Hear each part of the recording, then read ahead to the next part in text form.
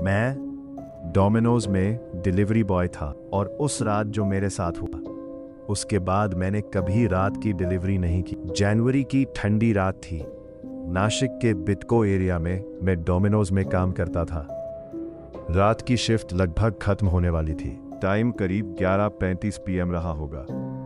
मैं बस घर जाने की सोच ही रहा था। तभी मैनेजर ने कहा, एक लास्ट ऑर्डर है, एक्लेहारा साइड जाना है।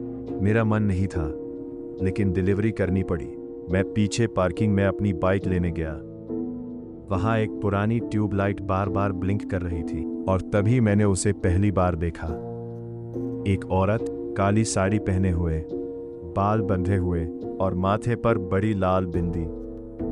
उसकी उम्र लगभग 27 या 28 साल होगी, लेकिन उसकी आंखें बहुत अजीब थी।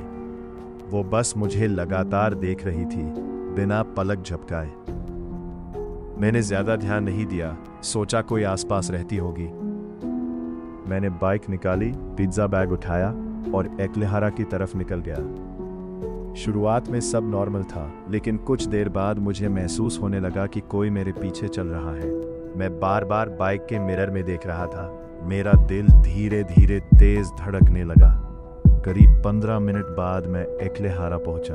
मैंने कस्टमर को पिज्जा दिया और जैसे ही वापस मुड़ा, मेरी नज़र सामने खेतों की तरफ गई और मेरे शरीर में जैसे करंट दौड़ गया।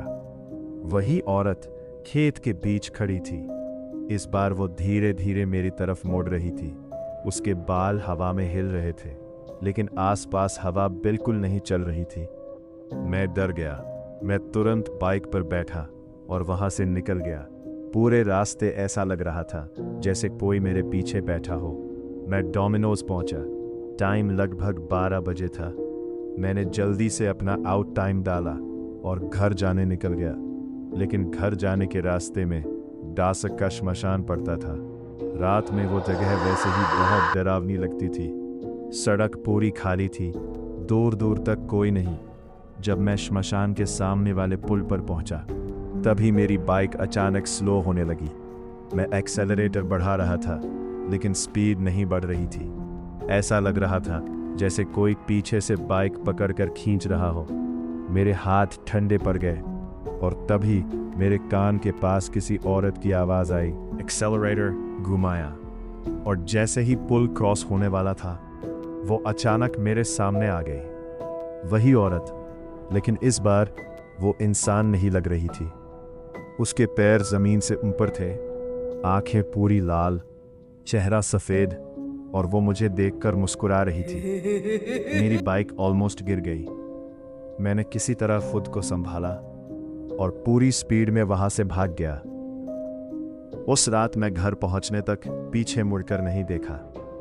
घर पहुंचने के बाद मुझे तेज बुखार आ गया। 3 दिन तक मैं काम पर नहीं गया। बाद में जब मैंने अपने दोस्त को ये बात बताई, तो वो कुछ सेकंड चुप रहा, फिर धीरे से बोला, दशक श्मशान के पास काली साड़ी वाली औरत की बातें पहले भी सुनी है। उसके बाद मैंने कभी रात की डिलीवरी नहीं की, लेकिन आज भी जब रात में सुनसान सड़क पर बाइक चलाता हूँ, तो मुझे वही लाल आंखें याद आ जाती है।